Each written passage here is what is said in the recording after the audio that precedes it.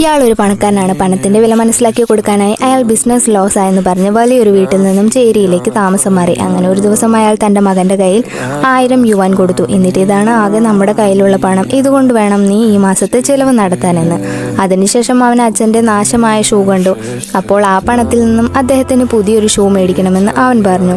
എല്ലാവരും അത് കേട്ട് സന്തോഷിച്ചു. അവന് ഉത്തരവാദിത്വമൊക്കെ ഉണ്ടായെന്ന് കരുതി. എന്നാൽ അടുത്ത ദിവസം സ്കൂൾ വിട്ടു വന്ന് അവൻ എന്തോ പുറകിൽ ഹൈഡാക്കി കൊണ്ടുവന്നു. അത് പുതിയൊരു ഷൂ ആണെന്ന് എല്ലാവരും കരുതി. എന്നാൽ അവൻ ആ പണം ഉപയോഗിച്ച് പുതിയൊരു ടാബ് വാങ്ങി അതുകൊണ്ട് ഗെയിമൊക്കെ കളിച്ചിരിക്കുകയാണ്. എന്നാൽ ഇതെല്ലാം അവർ കാണുന്നുണ്ടായിരുന്നു.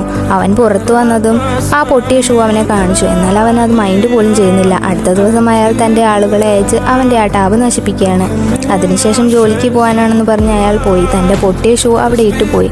അത് കണ്ടതും അവന് സങ്കടമായി. അവൻ ആ ടാബ് തിരികെ കടയിൽ കൊണ്ടു കൊടുത്തു. എന്നാൽ അവരത് വാങ്ങാൻ തയ്യാറായില്ല. അങ്ങനെ അവൻ തിരികെ വീട്ടിൽ വന്നു. വീട്ടിലേക്ക് സാധനങ്ങൾ വാങ്ങിയോ എന്ന് മുത്തശ്ശി ചോദിച്ചു. എന്നാൽ അവൻ തെറ്റ് മറയ്ക്കാനായി അവരെ ഫ്രീ ഫുഡ് കിട്ടുന്ന ഇടത്തേക്ക് കൊണ്ടുപോയി. എന്നാൽ ആ ഫുഡ് കഴിച്ചത് മുത്തശ്ശിക്ക് വയ്യാണ്ടായി. മുത്തശ്ശിക്ക് മരുന്ന് വാങ്ങാനായി അവൻ പഴയ കുപ്പിയൊക്കെ പെറുക്കുകയാണ്. ഇത് കണ്ട അവൻ്റെ ഫ്രണ്ട്സ് അവനെ കളിയാക്കി.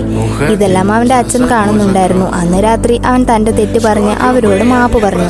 അച്ഛൻ അവന് ക്ഷമ നൽകി. പക്ഷെ നശിപ്പിച്ച ആ പണം തിരികെ സമ്പാദിക്കാൻ അവനൊരു ടാസ്ക് നൽകി. അതിനായി അവൻ ഒരു സ്റ്റേഡിയത്തിൽ നിറയെ പ്ലാസ്റ്റിക് ബോട്ടിൽസ് കണ്ടു. ആ ബോട്ടിൽസ് എല്ലാം എടുത്ത് പണം കണ്ടെത്തുന്നു. അങ്ങനെ അവൻ പണത്തിന്റെ വില മനസ്സിലാക്കിയെന്ന് അയാൾക്ക് മനസ്സിലാവുന്നു.